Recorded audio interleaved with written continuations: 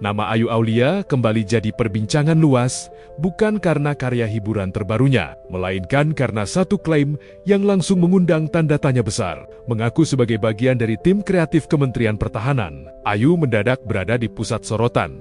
Dipuji sebagian, namun lebih banyak dipertanyakan oleh publik. Semua bermula dari pernyataannya dalam sebuah wawancara di kanal YouTube Reben Entertainment, Rabu 24 Desember tahun 2025. Di sana, Ayu Aulia menceritakan proses dirinya bisa masuk ke tim kreatif Kemhan. Ia mengaku mengikuti tes yang menurutnya tidak mudah, bahkan menantang. Ayu menyebut dirinya diajak oleh seorang kenalan, lalu menjalani seleksi yang juga diikuti beberapa figur publik lain. Ia menegaskan bahwa proses tersebut tidak bisa ditembus sembarangan. Tidak ada jalur khusus, tidak ada orang dalam.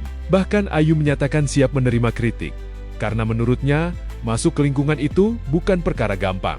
Dalam pengakuannya, Ayu juga menyebut kekagumannya terhadap Prabowo Subianto, yang ia anggap sebagai figur inspiratif di Kementerian Pertahanan. Sedikit yang lagi viral nih kan, pelantikan dari menjadi tim kreatif Kemenhan. Seperti apa sih, mungkin kan banyak juga nih netizen yang bertanya-tanya kok bisa gitu. Ya bisa, kan ikut tes dulu. Tesnya seperti apa, mungkin memang dari kayu atau dipilih atau bagaimana nih? Enggak, kita semua bebas kalau semua orang bisa tes. Dan dipilih juga ya. Itu dari kapan sih memutuskan untuk? Memutuskan udah lama. Itu dari Bang Sunan bilang yuk ada tes, ibu mau ikut gak? Gitu. Bisa bilang, oh boleh pak. Gitu. Dan ada beberapa juga yang nggak masuk juga, beberapa ada artis juga yang nggak masuk juga. Kenapa nih memilih Kemhan? Karena aku dari dulu kan emang ngefans banget sama Pak Prabowo, karena dulu dia Kementerian Pertahanannya kayak keren banget gitu. Kementerian Pertahanan itu bawa senjata gitu kan. Nah tapi aku di bagian kreatifnya nih. Cukup sulit gak sih untuk masuk ke bagian kreatif Kemhan? Kan tadi kan kamu sendiri bilang tes. Sulit. Jadi kalau banyak yang mau hujat, silahkan hujat saya, nggak ada masalah. Karena nggak gampang masuk situ kok. Itu aja. Apakah ada bantuan juga dari orang dalam atau emang murni kan? Nggak ada ordal, nggak boleh, udah nggak ada itu.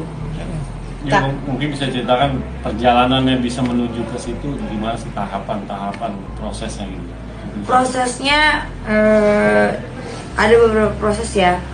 Jadi kita itu berdiri, ada ketua, anggota. Jadi di bidang tim kreatif itu ada tiga orang. Nah di bidang kreatif itu aku juga nggak nyangka kalau ternyata nama aku itu terpilih gitu, karena pada saat presentasi dan segala macam ternyata saya terpilih gitu. Gimana perasaannya kak saat tahu terpilih? Sangat nggak percaya aku sampai detik ini. Kalau kalian ngaca nih, kok bisa sih Ayu? Sama kalau aku ngaca juga, kok bisa sih saya bisa masuk gitu. Namun, klaim itu tidak berhenti sebagai cerita pribadi. Beberapa hari kemudian, pihak Kementerian Pertahanan memberikan klarifikasi tegas.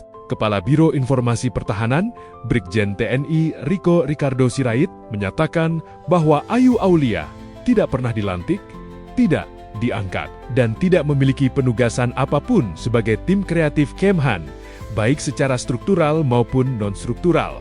Menurut penjelasan resmi, kehadiran Ayu di lingkungan Kemhan terjadi karena ia diundang dalam kegiatan sebuah organisasi kemasyarakatan yang menggunakan lokasi di area Kementerian Pertahanan. Perannya pun disebut hanya sebagai bagian dari tim kreatif organisasi tersebut, bukan bagian dari Kemhan. Klarifikasi ini langsung mempertegas perbedaan antara klaim personal dan status resmi. Assalamualaikum warahmatullahi wabarakatuh. Aku tuh bingung ya. Aku dilantik untuk bela negara periode 2025 sampai 2030 di bidang kreatif, which is memang bidang aku, yaitu di bidang kreatif. Dan emang aku juga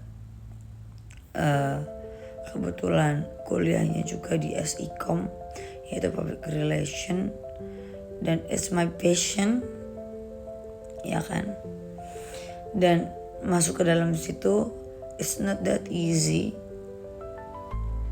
Kalian dipilih dulu and pasti dites dulu,